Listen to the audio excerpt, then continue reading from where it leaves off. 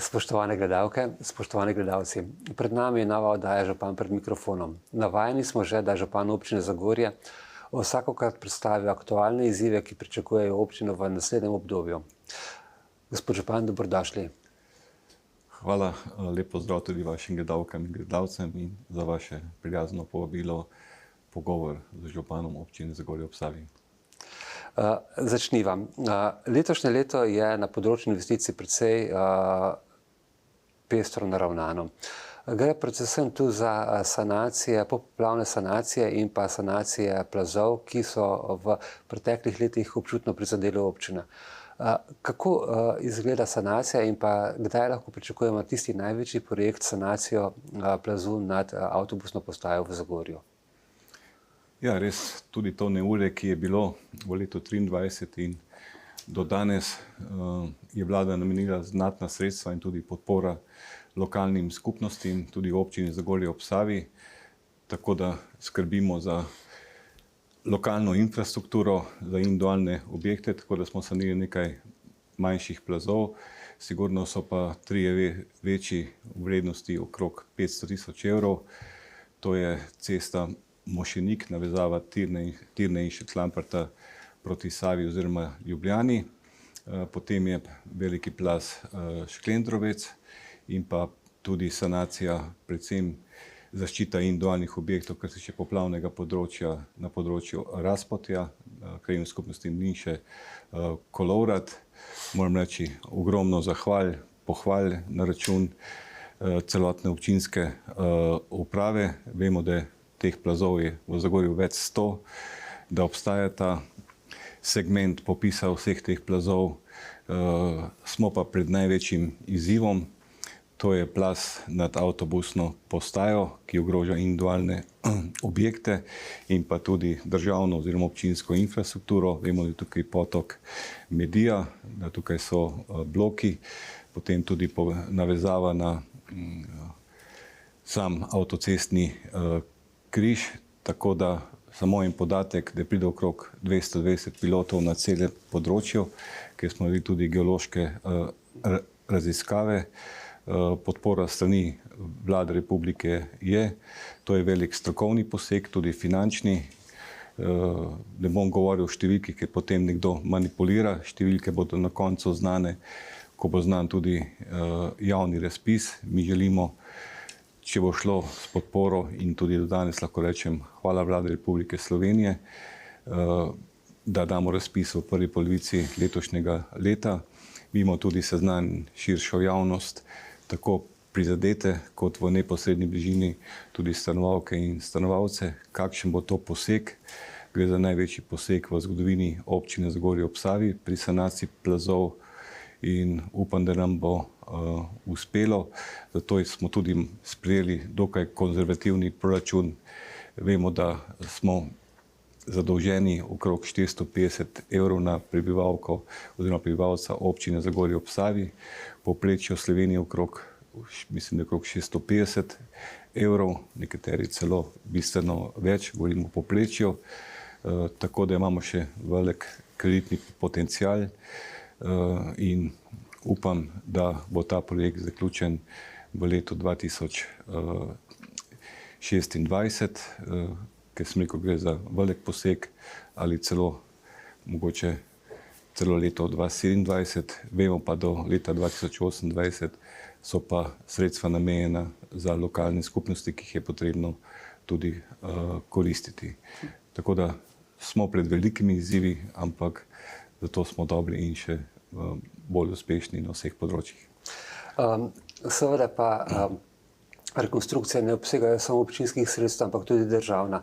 Ena izmed teh sanacij, rekonstrukcij je tudi galerija Šklendrovec, ki je že krepko presegla svoje začrtane okvire. Vsi z nestrpnostjo pričakujemo odprtje te galerije oziroma cestne povezave med Zagorjem in Litijo. Kdaj jo lahko pričakujemo?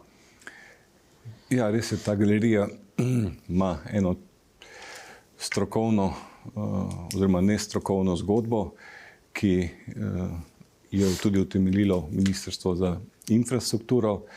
To investicijo so pripisali občini Zagorje ob Savi in tudi mi smo se in se bomo borili tudi v prihodnje. Mi smo zahtevali tudi na razvojnem svetu, da se ta galerija nadaljuje potem do občine Zagorje ob Savi. En predel je saniran, drugi del bo potrebno sigurno v prihodnosti, kajti kamenje, kot pravimo, znakom pada, je na celotnem potezi te regionalne ceste, tako da obljuba je, da naj bi v juniju, juliju ta projekt bil tudi zaključen, potem nas čaka nadaljevanje in pa dogovarjanje kako naprej v okviru ministrstva in pa Vlade Republike Slovenije. Zelo pozitivno pa je, ko bo ta projekt zaključen, smo tudi v državnem proračunu, ker je potrebna sanacija tudi mostu čez Savo pri čistilni napravi in pa tudi na najbolj kritični točki nam je uspelo pridobiti rondo, to je navezava proti Trbovljam Litiji, tam je bilo veliko nesreč in mnogo pobud, da naj občina nekaj stori in v dogovoru z DRSI nam je uspelo, da smo v letošnjem državnem proračunu in tudi izvajalec ne bi v letošnjem letu bil izbran, kar je tudi znano že iz medijev in sem zelo zadovoljen, da nadaljujemo razvoj Zagorske doline. Ko so že pri cestah, vsako leto občina poskrbi za nove kilometre asfalta po krajevnih skupnostih. Tudi letos je temu tako. Katere krajevne skupnosti pa so tiste, ki bodo pa v tem primeru dobile največ prenovljenih oziroma novih cest? Mi smo ravno v teh dneh imeli pogovor s predsedniki krajevne skupnosti. Mislim, da je velika zahvala za odgovornost, ki jo imajo posamezni krajevne skupnosti, seveda uspešno, korektno sodelujemo. V letošnjem letu je namenjenih okrog 500 tisoč evrov za lokalne in krajevne ceste. Sigurno je prioriteta cesta Rove, kjer je dvoletni program, okrog 300 tisoč evrov naj bi se ta predel namenilo. Potem so še posamezni odseki. Bomo pa videli, ko bomo dobili tudi zelo jasne številke in pa kakšna investicija v tisti plaz, o katerem smo največjem tudi govorila, in tudi ostale investicije, ki jih izvajamo, zaključujemo, bomo potem videli v rebalansu in moja želja je, ker ceste so dotrajane. Tukaj lahko zelo korektno priznam, ker smo zelo uspešni pri evropskih sredstvih, pri državnih sredstvih je potrebno tudi sofinanciranje. Žakelj je takšen, kot je, in če želiš dobiti, moraš tudi sam zagotoviti sredstva in tukaj so najbolj na udaru krajevne skupnosti, ker je vedno premalo denarja za obnovo že obstoječih cest, lokalnih in krajevnih, kot za nove gradnje. Ta razumevanje je znotraj občine in jaz sem prepričan, da v okviru rebalansa bomo še zagotovili dodatna sredstva. Seveda, občinski proračun pa skrbi tudi za svoje izobraževalne institucije. Verjetno so starši, učenci, pedagogi zelo veseli informacije, da bo končno prišlo do prenove osnovne šole dr. Slavka Gruma. Kdaj lahko pričakujemo pričetek te investicije in pa seveda kakšen bo ta obseg? Lokalne skupnosti smo zelo pozitivno sprejeli sklep vlade, Ministrstva za šolstvo, da bodo izvedli razpis v juniju, juliju v višini okrog 150-160 milijonov evrov za obdobje 25, 26, 27 oziroma 28, ki bodo občine kandidirale s posameznimi projekti. Mi smo že pridobili gradbeno dovoljenje za obnovo in pa prizidek k osnovni šoli Toneta Okrogarja. Zelo pomembno pri Okrogarjevi šoli je, da smo pred leti kupili tudi zemljišče v Kaji Šentlamprt. Šlo je za individualni objekt, kar pomeni, da imamo tudi v Šentlamprtu zagotovljeno novo lokacijo. To je bila enkratna poteza, tudi dolgoročno gledano za razvoj posamezne krajevne skupnosti, ker želimo obdržati podružnične šole in v letošnjem letu ne bi tudi naredili idejne zasnove. Vse občine se pa soočamo tudi za pomanjkanje prostorske stiske, v šolah s prilagojenim programom. Tukaj je osnovna šola dr. Slavka Gruma, kjer smo v zaključni fazi projekta k tej šoli. Vemo, da je tukaj več 10% zraslo število učenk in učencev in nujno potrebno je tudi njim zagotoviti dodatne prostore, tako da bomo videli v okviru razpisa, kako na kakšen način bomo uspešni. Seveda vedno gremo s ciljem, da sredstva pridobimo in tudi na vseh razpisih smo zelo nadpovprečno uspešni in v letošnjem letu bo potem tudi odločitev, v katero investicijo bomo šli. Govorimo pa o investicijah več milijonov evrov. Tako da imamo zelo smele načrte, pozitivne in prepričan sem, da bomo tudi uspešni na tem področju. Tudi zapuščenim živalim se obeta boljša oskrba. Na zadnji seji občinskega sveta ste sprejeli odlok o izgradnji zavetišča za zapuščene živali. Kje se bo to zavetišče nahajalo in pa seveda kdaj bo zaživelo? Ja, tukaj gre zahvala gospodu Alojzu Klančišarju, ki se je vključil. Vse občine imamo problem z zavetišči za male živali, tako da v okviru poligona Kinološkega društva Zagorje naj bi ti boksi bili tudi zgrajeni, tako da bo lokalna skupnost s pomočjo Kinološkega društva poskrbela za zapuščene živali. Je pa to problem vseslovenski, s katerim se soočamo župani, tako da tudi ta problem bomo rešili tako s tem odlokom, kot tudi z sofinanciranjem v prihodnjih letih. Pa bo to samo občinsko zavetišče ali bo tudi namenjeno ostalim občinam v Zasavju? Glede na to, da v zadnjih letih oziroma vse skozi ni nobenega primernega zavetišča. Prvo tovrstno je bilo do sedaj v Sevnici kot eno najbližjih oziroma v Litiji, kamor so vozili pač zapuščene živali. Glede na to, da je zagorsko zavetišče prvo kot tako najavljeno v revirski regiji, v revirjih, bo to pomenilo tudi, da bodo lahko iz ostalih občin prihajale živali, zapuščene živali v Zagorje? Glejte, jaz ne postavljam meja, kot jih nekateri postavljajo. To bo vse stvar upravljavca, lastnika tega.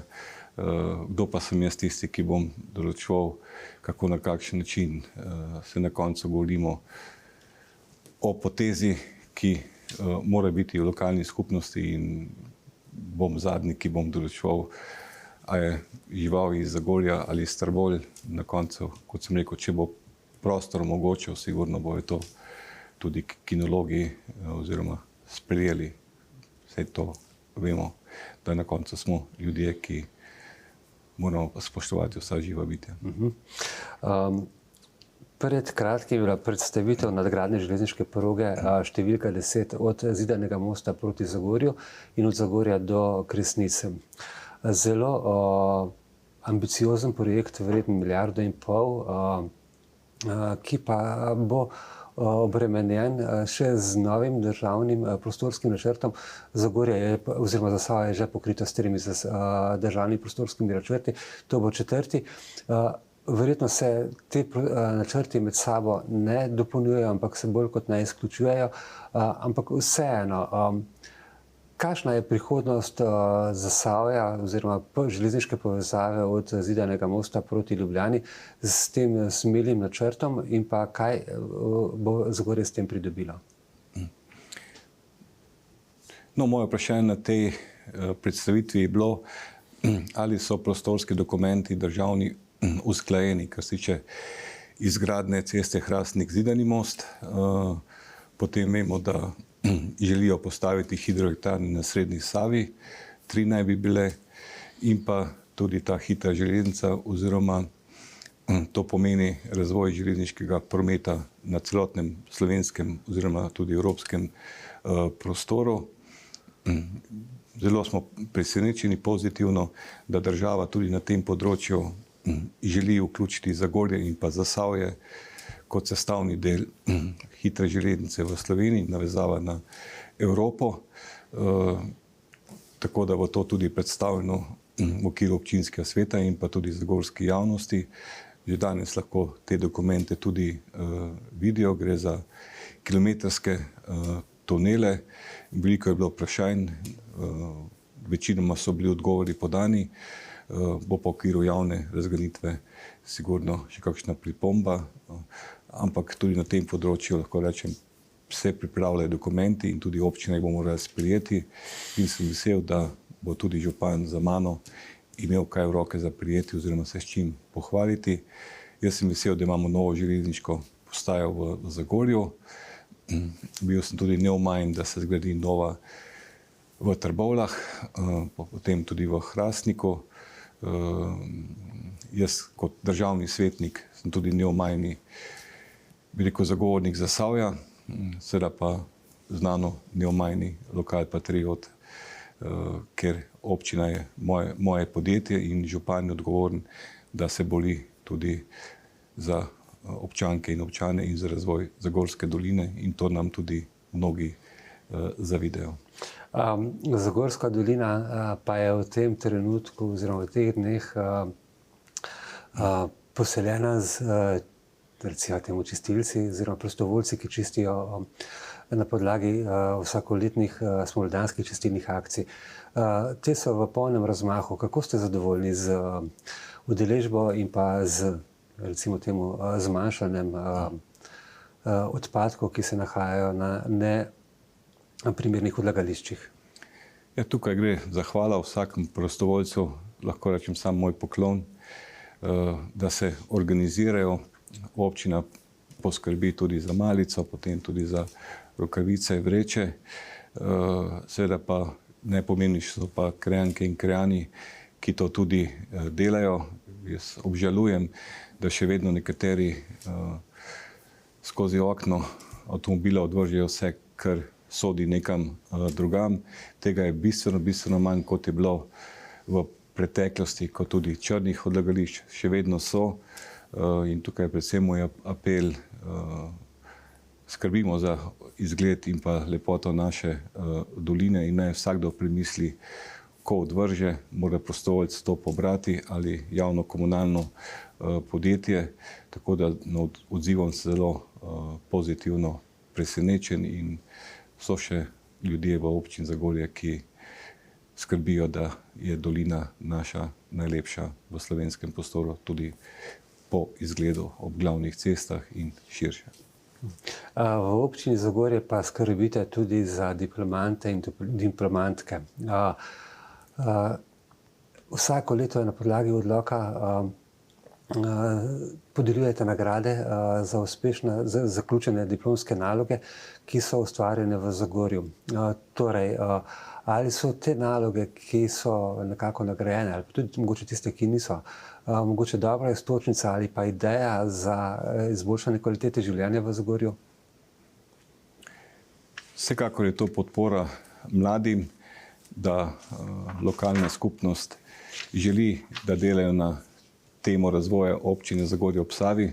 Marsikatero idejo smo tudi črpali iz teh diplomskih nalog, ker so kvalitetne, en drugačen pogled, kot ga imamo mi mogoče danes.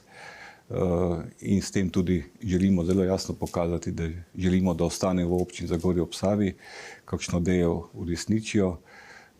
Tako da smo bili med prvimi v Sloveniji in s tem bomo tudi nadaljevali prihodnje in tudi v okviru občinskega praznika potem vse izpostavimo in tudi damo denarne nagrade.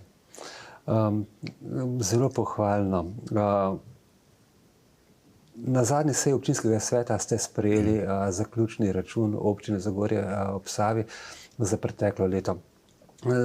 Sedaj je v toku realizacije nov proračun, ki, kot vemo, je omejen. Pa znotraj tega proračuna boste nadaljevali obstoječe projekte, ki se prenašajo iz preteklih let, oziroma ali se pojavljajo, predvidevajo novi projekti, ki bodo dodatno obremenili proračun? Poleg vseh projektov, ki smo jih naštela, v tej oddaji nas čaka tudi izvajanje projektov, ki je dogovor za razvoj regij, tako da v letošnjem letu pričnemo za izgradnjo kolesarske poti od glasbene šole v Kotrejci proti Ribeškem domu in potem Europark. Vemo, da državna kolesarska pot gre skozi Ravensko vas, potem navezava na občino Trbovlje in do te točke bomo tudi mi to kolesarsko pot naredili. Tukaj gre zahvala družini Perger, ki nam je odstopila, prodala to zemljišče, da lahko to peljemo ob Kotrejci in tudi jo delno saniramo, ker že ogroža individualne objekte. Drug projekt je pa tudi investiranje v Europark, predvsem kar se tiče infrastrukture in pa nadgradnje Europarka, ki je postal center ne samo občank in občanov občine Zagorje, ampak celotnega Zasavja in pa tudi širše. Ogromno pohval in tudi za jasno izjavo skrbite tudi za vse generacije, da se lahko rekreirajo. Marsikdo bo rekel, da je kakšna stvar nepomembna, ampak tukaj moram poudariti, to so strogo namenska evropska sredstva, kot je bila tudi zgodba kolesarke. In tukaj je pusti ali vzemi. Seveda moraš pa zagotoviti tudi lastna sredstva in zato sem prej opozoril na občinski proračun in pa sredstva. In te projekte ne bi tudi pričeli izvajati v letošnjem letu, gre za večmilijonske investicije in tudi uspešno bili dogovorjeni v okviru Sveta za razvoj Zasavja. Bomo pa kandidirali tudi v okviru pravičnega prehoda, če nam bo uspelo, vsekakor za osnovno šolo Tonto Krogar za ta projekt priplet. Upam, da bomo, kot sem rekel, na vsak razpis gremo za predpostavko, da bomo uspešni. Tako da nas čakajo zelo veliki projekti, ki se bodo zaključili v letu 2026 in vse, kar smo danes naštela, sem prepričan, da nam bo v tem kratkoročnem obdobju tudi uspelo. Ampak vseeno ne smeva mimo teme, ki je zadnje čase stalnica v Zagorju. Gre predvsem za to, da ste vi osebno in pa tudi občina Zagorje ob Savi tarča anonimk in pa raznih prijav na Komisijo za preprečevanje korupcije. V opoziciji pravijo, da so dobili izsledke KPK-ja in da jih bodo javno prikazali. Prav tako pa pravijo, da se bojite. Koga ali česa? Ja, gledajte, mi smo v demokraciji, vsakdo lahko grozi na tak in drugačen način. Vsak ima možnost tudi prirejati moje izjave, tudi iz današnje oddaje. Lahko me nekdo vpraša, pa odgovorim čisto nekaj neumnega in spadem bedak, kot sem že tudi v kakšni oddaji, ker je bil odgovor namenjen nečemu drugemu, vprašanje pa drugi vsebini, ampak kakorkoli že sem politik in na to mora biti navajen. Seveda pa na koncu sem samo človek s svojimi čustvi in pa svojim življenjem, svojo družino. Res sem prejel kar nekaj anonimk okrog prodaje zemljišča podjetju Skiti, ki je bil enako prodan kot, ali pa v tem okviru kot Selo po isti ceni, tam ni bilo nobene anonimke. Potem tudi okrog Kemijskega inštituta, potem to, kar smo gledali okrog prepleta, ogromno teh anonimk. Celo so v medijih izjavili, da me po njihovem predajanju, da me je obiskala policija doma ali na občini. To je vse na teh družabnih omrežjih. Jaz lahko samo kratko rečem, do danes me policija ni obiskala, ne doma, čeprav, kot sem seznanjen, govorijo, da me bo in da me bo tudi na občini. Vsak je dobrodošel. Prav tako KPK danes nima odprta nobenega postopka, vse anonimke so tudi zavrgli. Seveda pa lahko nekdo to potencira in uničuje, ker mi imamo v življenju po moje 3 topove. En top je tisti, ki ga imamo na bojišču, drugi top je ta mogoče zvočni top, tretji top je pa psihični top, ne, ki ga pa moraš politik zdržati, ker tukaj v tej fazi lahko mislijo, da lahko z mano počnejo, kar hočejo. In če se s tem njihov hormon sreče sprošča, pač je v redu. Ampak oni imajo problem z mano, ne jaz z njimi. Tako da do danes lahko rečem, sem čist, kar se tiče njihovih izjav. Seveda pa lahko vsak z mapo maha, kakorkoli želi. Kaj bo v prihodnosti, ne vem, kje so tukaj meje. Seveda po vseh teh mojih potezah, jaz moram reči, da sem neomajni lokal patriot. Če govorim o vseh teh podjetjih v občini, katerimkoli v tem obdobju sem pomagal. Lokalna skupnost je pomagala družbi Jeger, da je šla iz domačih prostorov v Lisco, da so šli v objekt tudi Vašhave. Meni to ni žal. Jaz sem vesel ponosen, da imamo tako uspešno podjetje. In vsakem, katerimkoli lahko pomagam. In tudi pomislim in ne pomislim, da bi komu škodoval, tudi gospodu Primožu Ješevarju ali kateremu drugemu iz kakšne stranke. Tako da jaz moram reči, kdor me pozna, seveda pa to ni enostavno, tudi anonimke, ki so jih metali po cesti, napadali mojo družino in celo osebe, ki ne živijo, ampak želijo investirati v naši občini. In to ni samo napad na mene, ampak to gre po celi Sloveniji in marsikdo me vpraša, kaj se pa dogaja v Zagorju. Moj odgovor je zelo kratek. Kdo pa sem jaz tisti, ki bi lahko to ocenjeval, poznate ljudi, naj odgovorijo. Ampak kot sem rekel, cel občinski svet, razen SLS-a, je spoznal, da je ta občinski svet izgubil svojo legitimnost, predvsem v smislu, ko občanke in občani gledajo te seje. Kot sem pa rekel, jaz bom, ko bom šel z občine, bom šel s pokončno glavo, kot bo moja družina in moji sorodniki hodili s pokončno glavo po občini Zagorje ob Savi.